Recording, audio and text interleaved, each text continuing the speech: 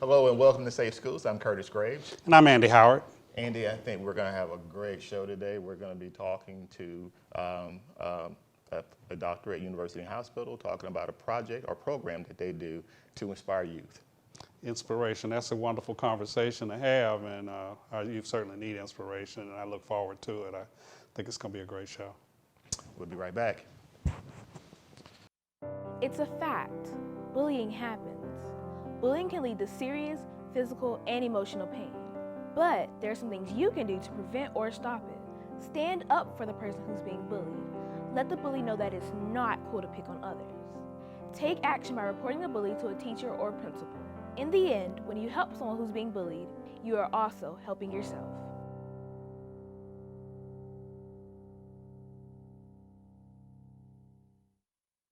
Each month, more than 90 guns are reported stolen from unlocked vehicles, creating the potential of serious injury or death. Lock it up. Many violent acts and crimes are committed with stolen guns. Lock it up. According to ATF, stolen guns pose a substantial threat to public safety. Lock it up. Be responsible. Take time to record your handgun serial number and secure it from thieves. Lock it up. Lock it up for me.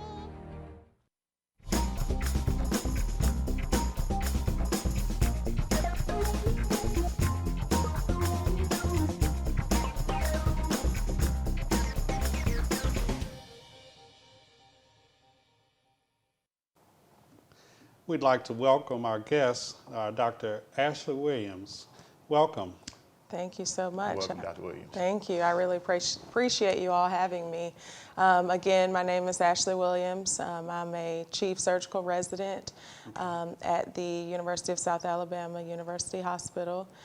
Finishing up my residency now, and again, thank you for having me. I enjoy talking about this topic, and anytime I can share, I'm more than happy to. Well, this topic is really about inspiring youth, right? Project That's right. Inspire. But before we start talking about Project Inspire, let's talk a little bit about you, Ashley. Yeah, let's get into that other inspirational Yeah. aspect. You're not from here, right? That's right. Where are you from, Ashley? From Augusta, Georgia. Raised there, and I then went on to the University of Georgia for undergrad, for college, University of South Carolina for medical school, and then down here to complete my general surgery residency. Has Mobile been good to you? It has, very good. My husband's from here. That's right. That's right. Yeah, maybe it's been really good Yes, for you. very good. So what made you decide to go into medicine? Yeah, I think in reflecting back on that, there's been several things throughout life that kind of geared me towards that. I think my first experience with medicine was as an 8-year-old. My grandmother passed away from what we found to be gastric cancer. But there was some confusion, some misdiagnosis, and a lot of distrust between the family unit and the physician, the medical aspect. And so me being pretty helpless as an 8-year-old, that always stuck with me, and it always presented a problem for me to digest. And so after that, I was first, I guess, formally introduced to medicine through anatomy and through shadowing a cardiologist in Augusta, Georgia. Okay. And so I actually, that really sparked my interest. And so I continued that path through college and ultimately went on to medical school. So I think there were a few things that kind of got me interested in medicine in general. As far as what got me interested in surgery, Yes. that came, my first experience in an operating room was actually in Liberia, West Africa. I did a mission trip there and got to rotate with their surgeons there. So a very different operating room than here, but that was my No doubt. first, experience, and being able to see someone come in with a problem, get surgery, and then be fixed from that problem, that immediate gratification, and you could, and a lot of the patients were young, and so you could get them back to work, get them back to being productive, and you saw that almost immediately. That really sparked my interest in surgery, and it's carried through. Let's talk about Project Inspire. I'm already inspired just by hearing what you're talking about right now. So, the name goes well with what you guys are doing. But Yes. Tell us a little bit about Project Inspire. What is it about? Yeah, so Project Inspire is all about, one, teaching. about what trauma is. So informing our youth about what trauma is, what it looks like, how it occurs, what puts you at risk for injury, what it looks like in the patient in the short and long term. But not just giving them, I guess, the knowledge of trauma, but how do you prevent it? How do you change behavior? How do you change your surroundings? How do you change the people that you hang around? How do you develop a vision for your life that surpasses all of the things that may put you at risk for being injured? Right. So you say trauma, and to our audience, especially our young audience, you're talking about trauma that may have resulted from some violent encounter. Yes, so, and actually injury is probably a better term to use than trauma, but that can occur for several reasons. Okay. Most of the patients that we see are injured in car accidents. Right. And a lot of the times that can be prevented as well with not texting and driving, not drinking and driving, being attentive on the road. But this program specifically looks at changing violent behaviors. And what does that look like? I know you have a curriculum for that program, so kind of guide us through that process. Yeah. So as I mentioned, the first day alone is geared towards educating about what injury is and why it occurs.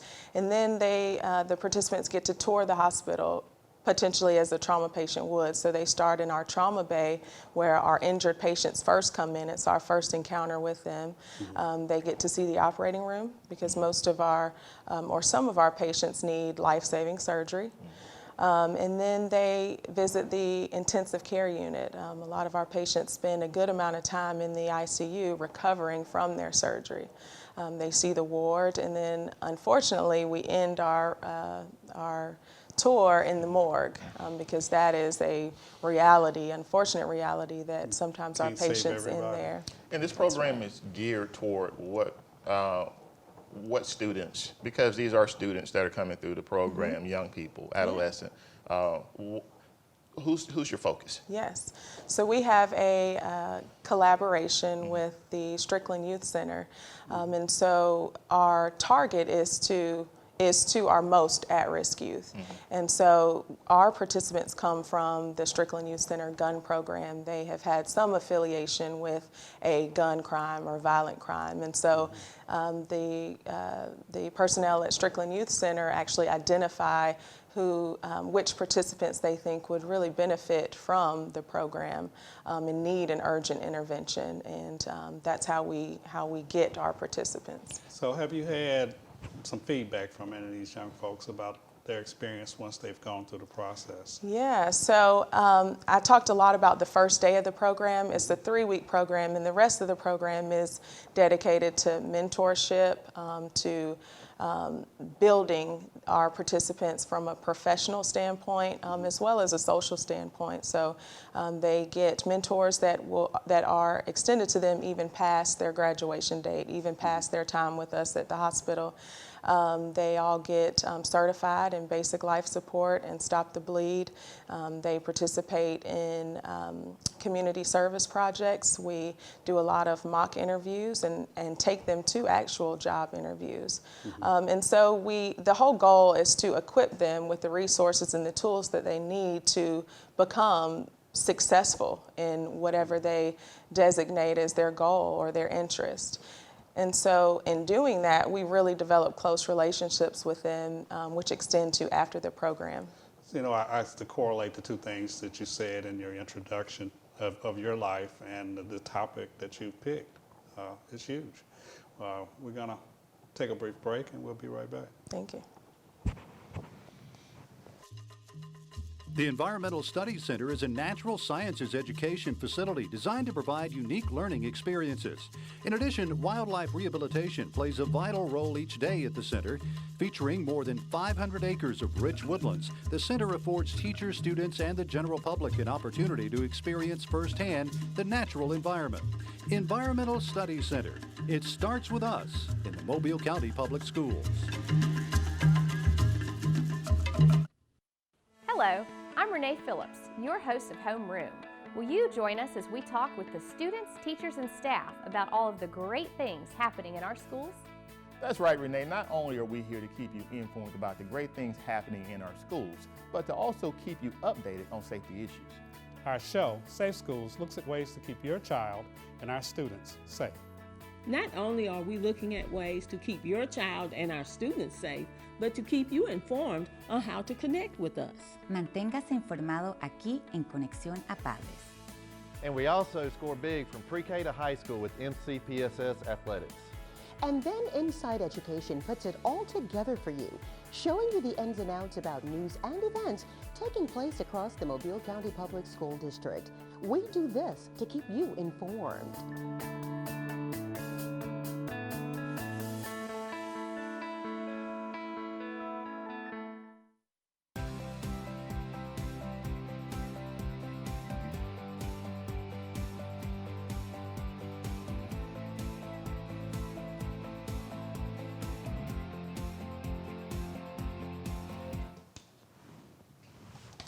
And we're back. So Ashley, what I was just excited about and what you were saying, you know, you talked about these moments in time. The moments in time that influenced your decision and the outcome in terms of where you went with your life and where you are at this time. And then you talked about the intersection of exposing young people to the effect of trauma and how it can impact and influence. And you talked about mentoring and that kind of thing. So, you know, I like the notion of exposing people to information and impactful influences that might change the direction or the course of their life. And so, you know, I can see the intersection in how you made those choices. Actually, one of the things that you know, I was fortunate enough to sit in on a presentation you did recently, and I thought it was great. But one of the things you brought up was the national impact of firearm-related violence. How did that influence you to really get really involved in trying to create a program that will locally help our youth? Absolutely. So, big picture, firearm-related injury and the impact nationally is very significant. Trauma in general, or injury in general, is the number 3 leading cause of death overall for all Americans. But for young folks aged 1 to 44, it's the number 1 cause of death. And so when you can... So it surpassed car accidents now? So including okay. car accidents. But even separated alone, firearm injury is among the highest of reasons why young people die. Right. And so when you're able to directly impact something that has such a burden on our society as a whole, then you can see the trickle-down effect, and you see that, you know, the impact isn't just on a national basis, but you see how it, you know, impacts that person and that family and that community. And so when we, you know, really take responsibility and take charge of this issue in our own community, then you are able to build upon that and grow onto a national standpoint. But I think it's important to first start with where you are. Do you think violence has become more of, especially gun violence, can it spread like a disease? I've heard people say that from time to time because nothing stays in a vacuum, right? Right. Yes, I think you're absolutely right. You know, I think we've all heard the saying, violence begets violence. And when you are in those environments and you are indulging in a learned behavior, when you see something happen, it becomes a norm to you. And so something that you may think is, you know, very rare or would be unexpected or unusual, someone may say, actually, I see this all the time. And so it becomes normal to them, and it becomes a part of their lifestyle. Right. And so you really do see that people who see violence become a part of violent acts, and those who become victimized, they eventually become aggressors. And so if you can stop that cycle and break that cycle, then you see positive results. That's what they're accustomed to seeing, so they think that's the thing that you do. Exactly. I heard you say that the best form of prevention is intervention, right? And this is your attempt, as well as University Hospital's attempt, to intervene in stopping the bleed. I'm going to coin that Right. and say that's because that's what you're trying to do. You're trying to do, you're trying to bring hope through inspiring others. That's right. And I think that's one of the things that we're lacking in our communities right now as it relates to our young people of all races and all ages. Yes, absolutely. You know, somebody in medicine made you want to be in medicine, and seeing a young person who's chosen that as a career, certainly I would hope would motivate other young people to do that. But back to the impact of violence. You know, we talk about people dying from gunshot or acts of violence, and it result from injury, even if they survive. That doesn't necessarily mean they're going to be okay. Right, and we see that a lot, that sometimes people survive, as you mentioned, but then they can no longer feed themselves. They can no longer breathe on their own, and that impacts the family. The family members now have to take off work to be able to provide care, you know, for that injured patient, and that's wages lost, and that's, you know, less resources for that family unit. So it definitely impacts the injured person in a devastating way, but also the family. But it even goes beyond that, because there is a social economic impact that also has a much larger effect on the entire community. And it goes back to saying that violence does not stay within the confines of where it starts. Right. And it affects the entire community from all levels. You know, one of the things that really made me want to just say, let's get Dr. Williams on this program. Along with this is the fact that your husband also, who is a doctor at University Hospital. That's right. And he's from the area. He is. To see you guys as a dynamic duo in the community working really hard, because he participates in this program as well, Project Inspire, to encourage others. Yes. And he's a local face. He's one that young people can look at and say, you know, I can relate to him. Right, absolutely. You're so right. He went to LaFleur High School and then to the University of South Alabama, grew up in the Tolmanville area, and has come back here to work. Most of his family is still in the area. And I like to call him the muscle behind the program, because most of our participants are male. And so though they connect with me and though I have a good relationship with them, I can see a clear difference in their relationship with my husband, and being able to talk to him about things that guys talk about, and being able to relate to him on a different level than I can. I always tell him he's the muscle behind the program, and he really, I think, is lead on really building the relationships with them. It's interesting that you said that most of them are male. It's what I find a growing and somewhat alarming trend is increase in violent behavior on the part of young females, causing injury either by firearm or by edged instrument, and they've become a part of this dynamic in a greater percentage than they used to be. We used to not think that was a part of the dynamic as much as we see it now. So. Yeah, and I think that just speaks to the fact that violence is a learned behavior. And I think, you know, it's not biologic, so it doesn't matter what your genome is. It matters what you're exposed to and what you see on a daily basis. Exactly. Yes. Actually, we're going to take a quick commercial break and we'll be right back. Absolutely. Thank you. As a student in the Mobile County Public Schools, there are a few things I've come to expect. One is a quality education, and the other is a quality lunch. Not only are our school meals well balanced, meeting all federal nutritional standards, but they also have less fat, fewer calories, and they taste really good. Oh, and I forgot to mention, our school lunches contain whole wheat, grains, fruits, and vegetables to give me the energy and brain power to get me through the day. So, Nicholas, how was your day at school today? It was great. We had fun in class today. So what did you do differently today at school? I mean, any new projects? We got a progress report today. You got your progress reports today? So how did you do? Don't know. You don't know. That's okay. We can check that right here. Wow. Nicholas.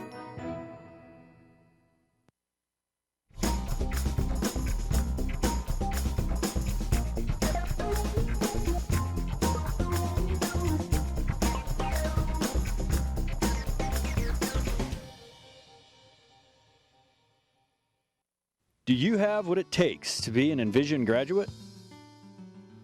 We are pioneering students to be all they can be, from 6th grade all the way to 12th grade. I definitely would recommend Envision to other students who feel the way I feel.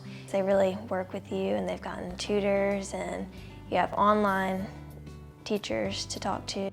It starts right here. It starts right now. Envision Virtual Academy. Enroll today.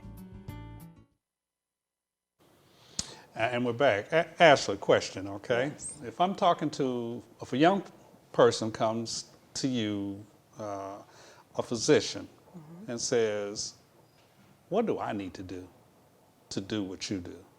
What would you say to that young person? Yeah, so I'd start out by saying, you know, at a young age, you can position yourself to be able to obtain or attain any goal that you set for yourself. And part of it is going to be by being disciplined, by going a separate route. You'll see that, you know, a lot of the decisions that you make from a day-to-day basis really affect where you go long term. And so when you're conscious and when you think about every decision you make, you know whether you choose to do something, whether it's good, or if you choose to do something, whether it's bad. And so being intentional and really choosing to make the right choices and to hang around with people that will elevate you, people who have the same interests as you. Talking to people, talking to adults, find someone in the field. Questions. Right. Find someone in the field that you're interested in. Ask them how they got there. What are the steps that I need to take to get there? And don't stop. Just keep talking to people and networking and, really understanding what it takes and knowing that your environment doesn't define you. Even your immediate family structure doesn't necessarily define you. And so if you find yourself in a hard place, it's not the finish. Right. If you find yourself in a hard space, be intentional. Think about how can I get myself from this place to where I want to go. And a lot of the times it's going to be by talking to people who are already there, even if you don't have someone immediately available to you. For example, no one in my family was in medicine, but I had a lot of educators in my family. Okay. And so that was to my benefit as well, because you knew you had to do well in school. They advocated Right. education. Right? Exactly. Now, what you did with it was Exactly. your choice, but they said you got to go to Exactly, school. exactly. And so deciding to be in class and try to finish homework before I even got home versus going with some of my friends who weren't going to class. Because that option was always there. Right, right. And so just being intentional about making the smart decisions and the positive decisions. Sometimes it's not very easy to do that, but it pays off in the end. Being willing to pay those hard choices. I know that aptitude is, of course, one very important element of a choice that you made, but what I heard you say was discipline and attitude are the things that finish the course and make the way. I think so. On a scale of 1 to 10, what is your degree of satisfaction with Project Inspire? I think I know the answer to it because I've seen you and I've seen your reaction to the young people that have come through the program and theirs. But 10, of course, right? 10, of course, 10. We always say if we can change one life, if we can help one person achieve their goal, then we have surpassed, Right. and we have done our due. And because of that, we understand that, if we can change one person, that will in turn change more because they become the vehicle of change and they can pull someone else up. You can and so influence one, you exactly. can influence one more. Exactly. Yes. But to your point, there are some things that we, want to strive for with Project Inspire, and that's, yes, continuing to be a venue for our most at-risk, youth to be able to come into a program and hopefully provide the resources and tools that they need to achieve their goals, but also opening it up to more than just our at-risk youth, but our youth population at large. I find it in what we do remarkably amazing how many of those what we call at-risk youth who are bright. Yes. and capable of all kinds of things. Absolutely. And just imagine what that intellect would do if they would focus it into something constructive versus something destructive. Right. So I certainly would encourage, share your passion and motivation and inspiration. We appreciate the stuff that you're doing in that area. Thank you. I think we have about 2 minutes left before we start to wrap up, but how would you go about, how would someone go about volunteering or participating in Project Inspire who does not work at the hospital? Yeah. So our initial vision was that the hospital would be home based, but a lot of your participants aren't going to want to do things in the medical field, and so being able to have the community being available as mentors, as shadowers, or people that can be shadowed, exactly. being available. Exactly, that visible. would make our program so much stronger because we could really be intentional about fitting them with people who they want to be or in the professional positions to be. Exactly. Ashley, in 30 seconds, tell me what you would tell 8-year-old Ashley today. Keep going. Just keep going. And what seems like a problem at the time probably won't matter later. So just keep going. Be a finisher. Be a finisher. That's right. And then that thing about being a problem at the time, so many of these people that you're talking about exercising permanent solutions to temporary problems.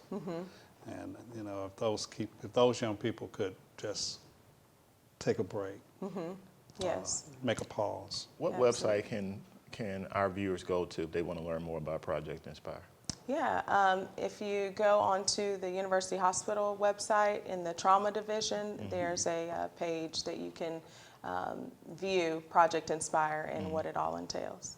Okay. Well, I got to say this more than anything as we wrap up, that this has been a great conversation. I knew it would be because I've known you now for a few years, and I know where your heart is with what you do.